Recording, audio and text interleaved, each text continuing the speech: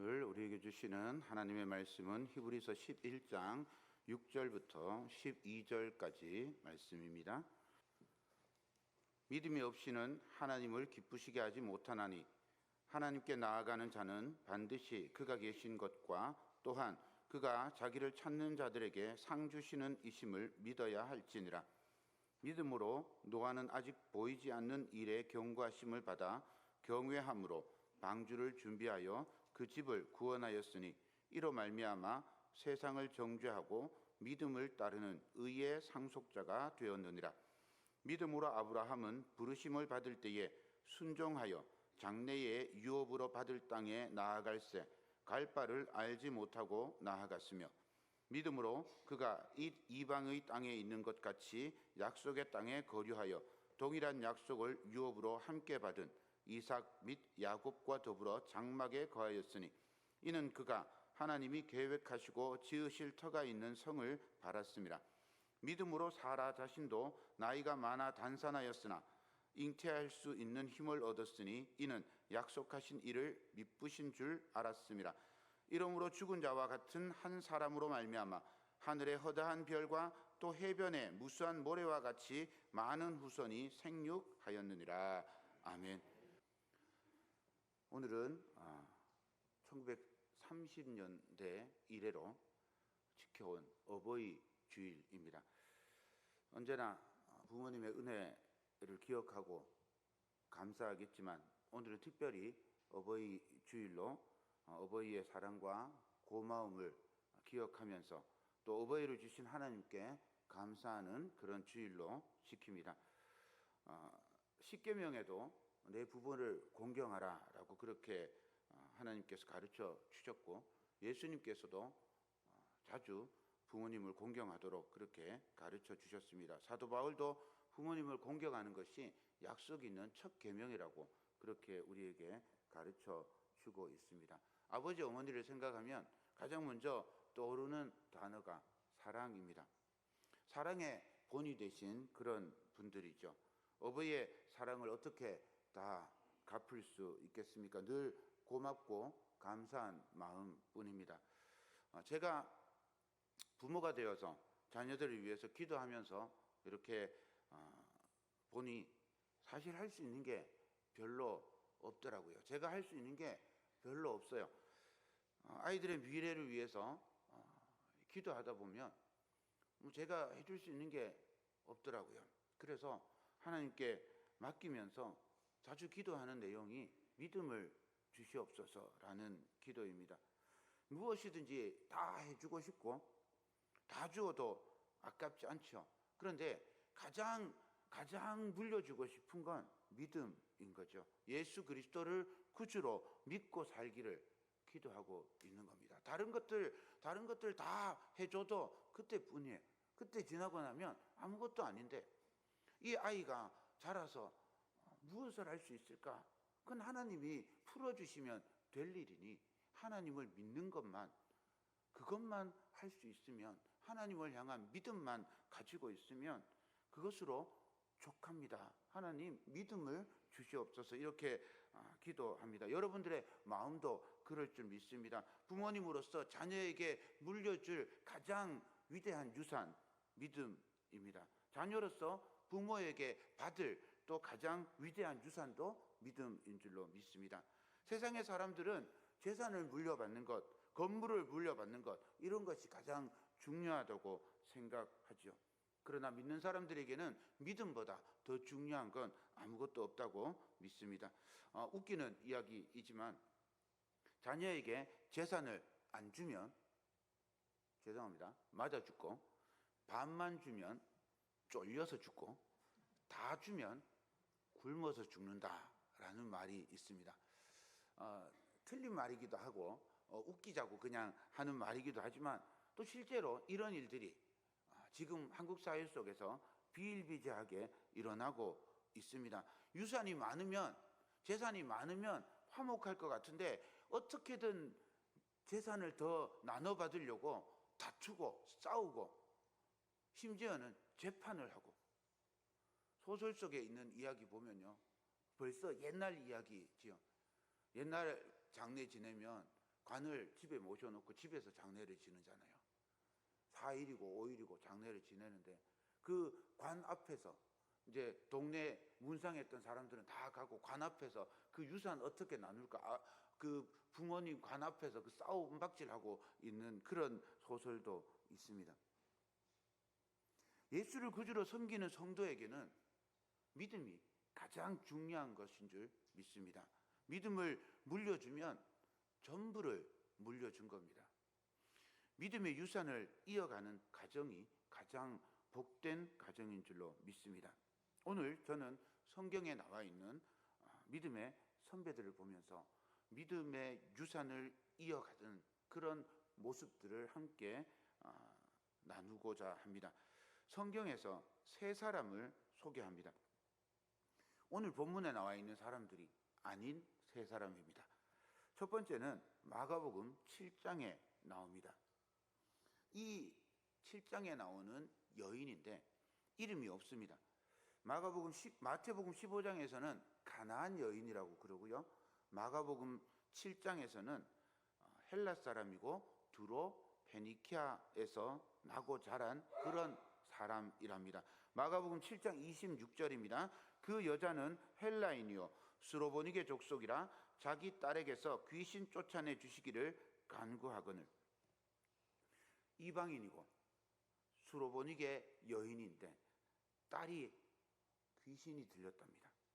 사방으로 고치려고 얼마나 노력을 했겠습니까? 수없이 노력하고 재산을 다 날려 먹어도 좋으니 우리 딸 고치기만 하면 좋겠습니다. 그렇게 찾아다녔는데 차도가 없고 점점 심해져 갑니다. 이제는 돈도 다 떨어져 가고 어떻게 할 수 있는 방법이 없는 거예요. 그래서 포기하려고 하는 차에 소식이 들려옵니다. 저 멀리 유대 땅에 능력을 행하는 분이 계시는데 이름이 예수랍니다. 그분이 손을 대면 모든 병이 고쳐진답니다. 그런데 하루는 이 예수라는 분이 두로 지방에 오셨다는 거예요. 물론 유대인이니 이방인을 만나지도 않고 만나려고 하지도 않을 거라는 걸 압니다. 그런데 스로보니게 여인은 딸을 고쳐야 된다는 이 생각 하나로 아무 생각 없이 그냥 예수에게 달려갑니다. 예수님이 계시다는 집 앞에 이르러서 다짜고짜 집 안을 향해서 소리를 지릅니다. 다윗의 자손 예수여, 나를 불쌍히 여기시옵소서. 내 딸이 흉악한 귀신이 들렸나이다. 목청을 다해서 소리를 칩니다. 딸을 데리고 갈 수 없고 또 두고 갈 수도 없으니 예수님 만나는 걸 포기했는데 두로 지방에, 내가 사는 지방에 예수님이 오셨어요. 예수님을 만날 기회가 생긴 겁니다. 그래서 예수님이 계신 집에 찾아가서 목청껏 소리 질렀는데, 그래서 예수님이 기쁘게 문 밖으로 나와서 맞이하면서 딸을 고쳐주실 것을 기대했는데 예수님이 아무 말씀도 없으신 겁니다. 못 들으셨나? 다시 소리를 칩니다. 악을 쓰듯이 소리를 칩니다. 집안에서 도저히 참을 수 없을 만큼 크게 소리를 칩니다. 다윗의 자손이여, 나를 불쌍히 여기소서. 제자들이 듣다가 견딜 수가 없는 거예요. 그래서 예수님께 부탁을 합니다. 예수님, 저 여자 너무 시끄럽게 합니다. 머리가 아플 지경입니다. 어떻게 좀 나가셔서 좀 해보십시오. 예수님 그냥 말 한마디 하시면 고칠 수 있잖아요. 좀 나가서 좀 어떻게 해보십시오. 예수님께서 밖으로 나오셨어요. 이 여인을 만납니다. 그런데 냉담하게 찬바람이 쌩쌩 불게 그렇게 나타나서 이렇게 말씀하시는 겁니다. 나는 이스라엘 집에 잃어버린 양 외에는 다른 데로 보냄을 받지 아니하였노라. 예수님이 이런 말을 하실 줄은 상상도 못했습니다. 여인이 예수님 향해서 다시 소리칩니다. 주님, 저를 도와주십시오. 예수님이 왜 이렇게 쌀쌀하게 싸늘하게 변했는지 모르겠어요. 예수님 쉬는 시간에 방해했다고 이렇게 화를 내고 있는 거지. 예수님 낮잠 주무시는데 소리쳤다고 화가 나서 이런 말씀을 하시는지, 어떤 사람이 와도 어떤 이들이 와도 예수님이 이렇게 냉정하게 거절하신 적이 없는데 정말 예수님이 다른 사람이 된 것처럼 이렇게 거절하고 있습니다. 심지어 이런 말을 합니다. 자녀의 떡을 취해서 개들에게 던짐이 마땅하지 아니하니라. 자녀의 떡을 취해서 개들에게 던짐이 마땅하지 아니하다. 이 말을 듣는데 얼마나 가슴이 무너지겠어요. 어쩌면 좋습니까? 예수님만이 마지막 희망이라고 생각해서 달려왔는데 자녀에게 줄 떡도 부족한데 내가 어떻게 개와 같은 이방인들에게 떡을 주겠냐? 이 말을 듣는 거예요. 어떻게 합니까? 마치 이 수로보니게 여인은 벼랑 끝에 서 있는 것 같아요.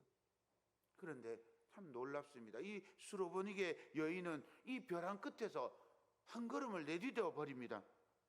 주여 올소이다마는 상아래 개들도 아이들이 먹던 부스러기를 먹나이다. 주님 말씀이 맞습니다. 그렇지만 주님, 상아래 있는 개들도 자녀들이 흘린 떡 부스러기는 주워 먹지 않습니까? 그 부스러기라도 좋습니다. 그 부스러기 같은 은혜라도 저에게 주십시오. 그러면 제 딸이 나을 것 같습니다. 주님, 빵 부스러기 같은 은혜라도 주십시오. 이렇게 주님 앞에 메어 달렸어요. 이 말씀을 듣고 예수님이 갑자기 태도가 완전히 바뀐 거예요. 부드럽게 사랑스러운 목소리로 이 여인을 향해서 이 말을 하였으니 돌아가라. 귀신이 내 딸에게서 나갔느니라. 마태복음에서는 이렇게 표현합니다. 이에 예수께서 대답하여 이르시되 여자여 내 믿음이 크도다. 내 소원대로 되리라 하시니 그때로부터 그 딸이 나으니라. 부스러기 같은 주님의 은혜만 있어도 제 딸이 나을 것입니다. 이 믿음의 말이 하나님을 움직이고 예수님을 움직였습니다. 예수님께서 마태복음 17장 20절에 이렇게 말씀하셨습니다. 이르시되 너희 믿음이 작은 까닭이라.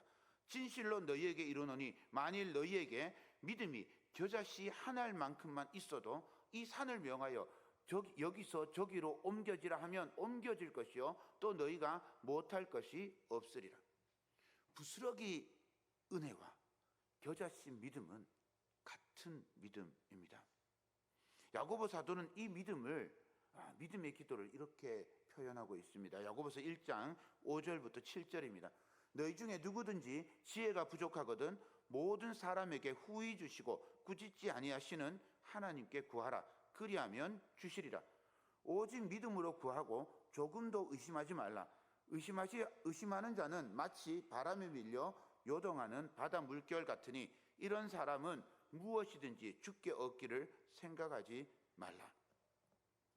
우리를 사랑하시는 주님께서 믿음으로 구하고 조금 더 의심하지 않는 성도에게 후히 주시고 은총을 더하여 주실 것이라고 약속해 주십니다.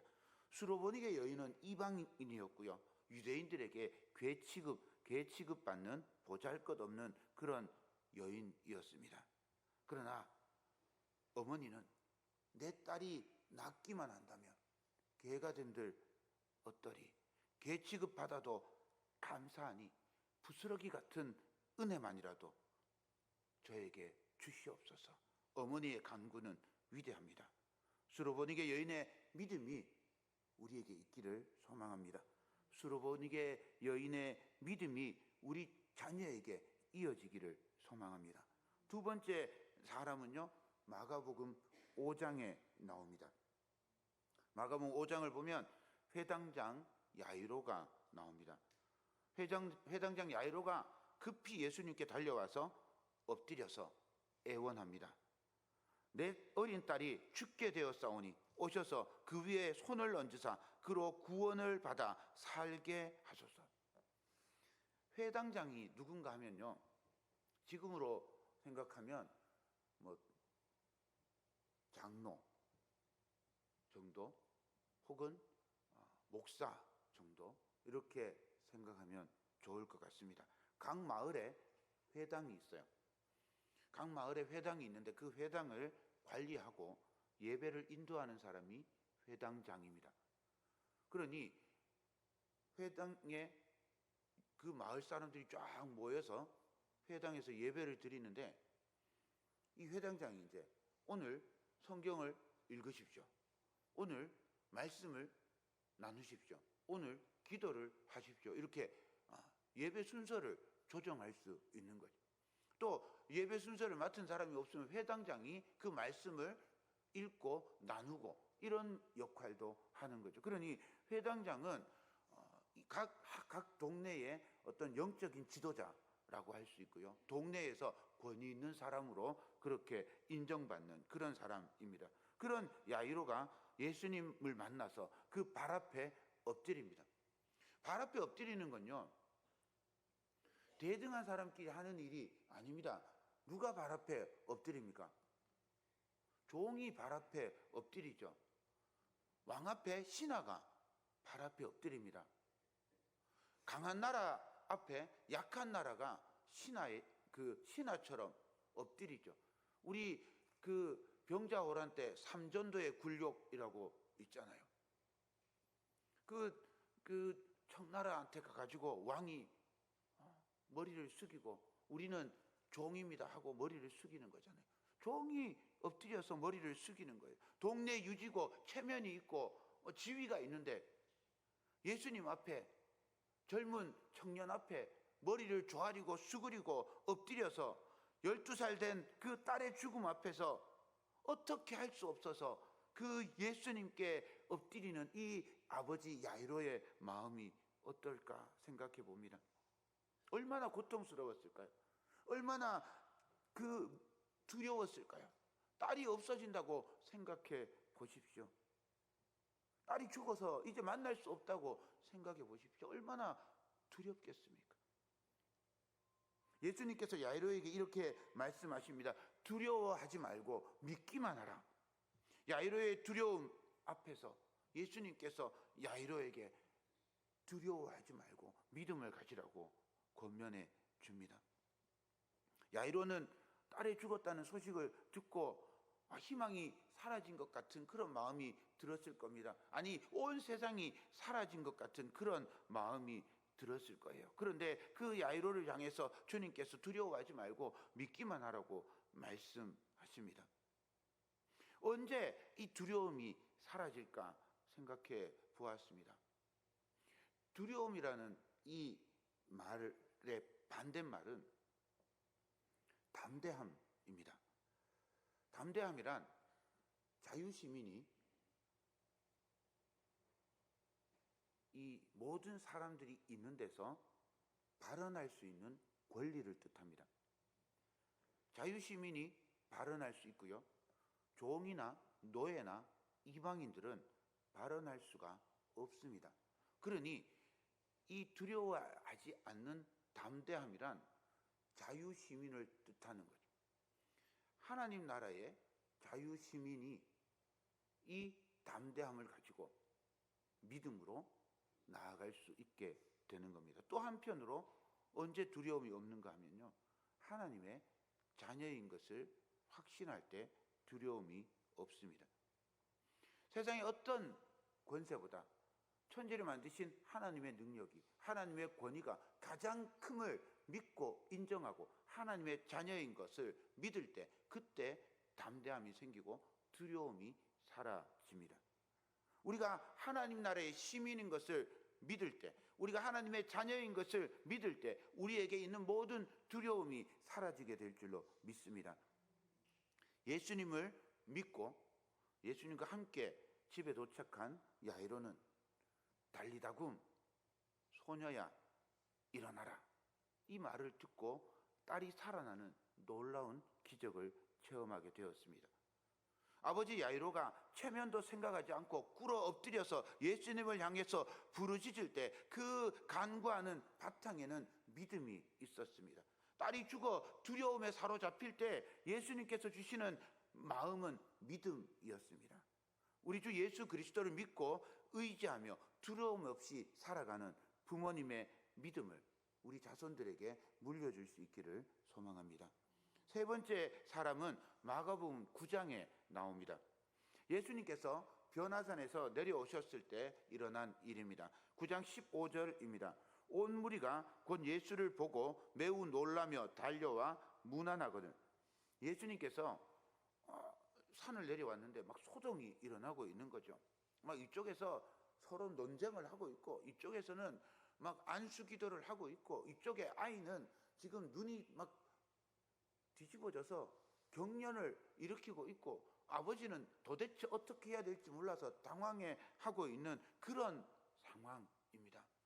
이 모습을 상상을 해보세요. 예수님이 산에서 내려오면서 제자들하고 기쁘게 내려오고 있는데, 한쪽에서는 제자들과 바리새인들이 논쟁을 하고 있어요. 네가 올리 내가 올리, 귀신을 못 쫓아냈으니 너네들이 틀렸다. 너네들은 그럼 왜 귀신을 못 쫓아내면서 바리새인들은 뭐 하나님 믿는다고 우리를 욕하냐, 막 싸우고 있고, 또 한 부류는 그 귀신 들린 아이를 향해서 자꾸 막 안수하면서 기도하고 있는 거죠. 왜 기도하는데 안 나가냐 귀신이, 막 이러고 있고, 귀신이 막 아이를 미치게 만들어 가지고 지금 불에 막 넘어뜨리려고 하고 있는 상황에, 부모는 저 앞에 예수님 오시는 소식을 듣고 예수님께 막 달려가는 그런 모습인 겁니다. 그런 상황에 예수님이 이게 무슨 일이냐 물으니 17절 18절에 이렇게 말씀하십니다. 무리 중에 하나가 대답하되, 선생님, 말 못하게 귀신 들린 내 아들을 선생님께 데려왔나이다. 귀신이 어디서든지 그를 잡으면 거꾸로 거품을 흘리며 이를 갈며 그리고 파리에 지는지라. 내가 선생님의 제자들에게 내쫓아 달라 하였으나 그들이 능히 하지 못하더이다. 귀신 들린 아이의 아버지가 예수님께 막 달려와서 귀신을 쫓아내 주실 걸 요청하고 있습니다. 예수님이 귀신을 쫓아내 줄 거라고 믿었죠. 그런데 예수님은 계시지 않고 제자들은 어떤 이유인지 모르지만 귀신을 쫓아내지 못하는 거예요. 그래서 아이의 아버지에게 불신이 생겼습니다. 그때 예수님을 만나서 이렇게 부탁합니다. 그러나 무엇을 하실 수 있거든 우리를 불쌍히 여겨서 도와주시옵소서. 예수님께서 이 아버지를 향해서 막 나무라십니다. 23절입니다. 예수께서 이르시되 할 수 있거든이 무슨 말이냐, 믿는 자에게는 능히 하지 못할 일이 없느니라 하시니. 아이의 아버지가 소리칩니다. 24절입니다. 곧 그 아이의 아버지가 소리를 질러 이르되 내가 믿나이다, 나의 믿음 없는 것을 도와주소서 하더라. 아니, 제자들에게 부탁했는데 할 수 없어서 예수님의 체면을 살려드리려고 할 수 있거든 좀 고쳐주십시오 이렇게 부탁했는데, 야단을 치면 어떡합니까? 반발할 수도 있어요. 그런데 귀신 들린 아이의 아버지는 즉각 예수님께 엎드립니다. 가엾은 아들을 생각하면서 자기 믿음을 새롭게 하죠. 자신의 믿음 없음을 고백하며 예수님께 온전한 믿음을, 온전한 도움을 구합니다.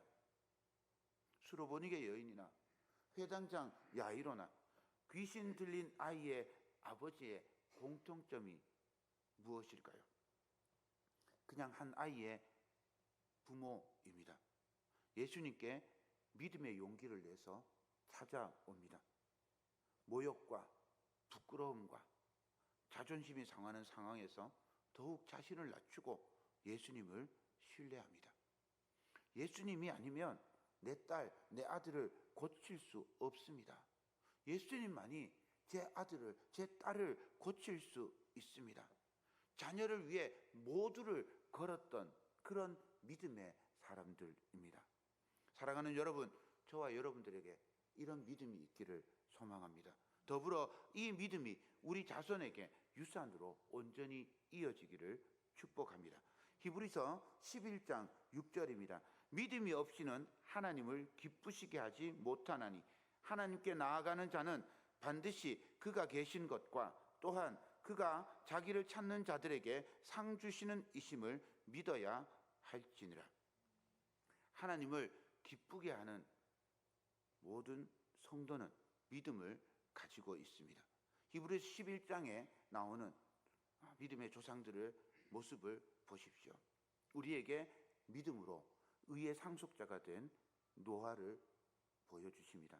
믿음으로 순종의 상속자가 된 아브라함, 믿음으로 약속의 상속자가 된 이삭과 야곱, 그리고 믿음으로 대를 이었던 사라까지 믿음을 가진 신앙의 선배들을 소개해주고 있습니다. 주 예수 그리스도를 믿는 믿음보다 더 귀한 것은 없는 줄 믿습니다. 믿음의 유산을 남겨주는 것이 세상의 어떤 것보다 소중한 줄 믿습니다. 믿음의 어버이, 믿음의 유산을 남겨주는 어버이가 되시기를 주님의 이름으로 축원드립니다. 기도하겠습니다. 참 좋으신 사랑의 하나님, 말씀을 통해 부스러기 같은 은혜, 겨자씨 같은 은혜만으로도 족함을 깨닫습니다. 하나님을 온전히 믿고 의지하게 하옵소서.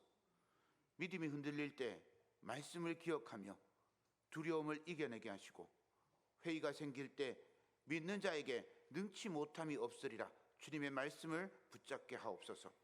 주님의 사랑에 감사를 드립니다. 우리가 예수 그리스도를 믿음으로 하나님 나라 백성이 되고 하나님의 은혜를 누리며 산 것처럼 우리 자녀가 믿음으로 살아갈 수 있도록 도와주옵소서. 우리 자녀에게 믿음의 유산을 남기는 성도 되게 하시고 믿음의 가문을 이어가는 아름다운 가정 되게 하옵소서. 우리의 주님이신 예수 그리스도의 이름으로 기도드립니다. 아멘.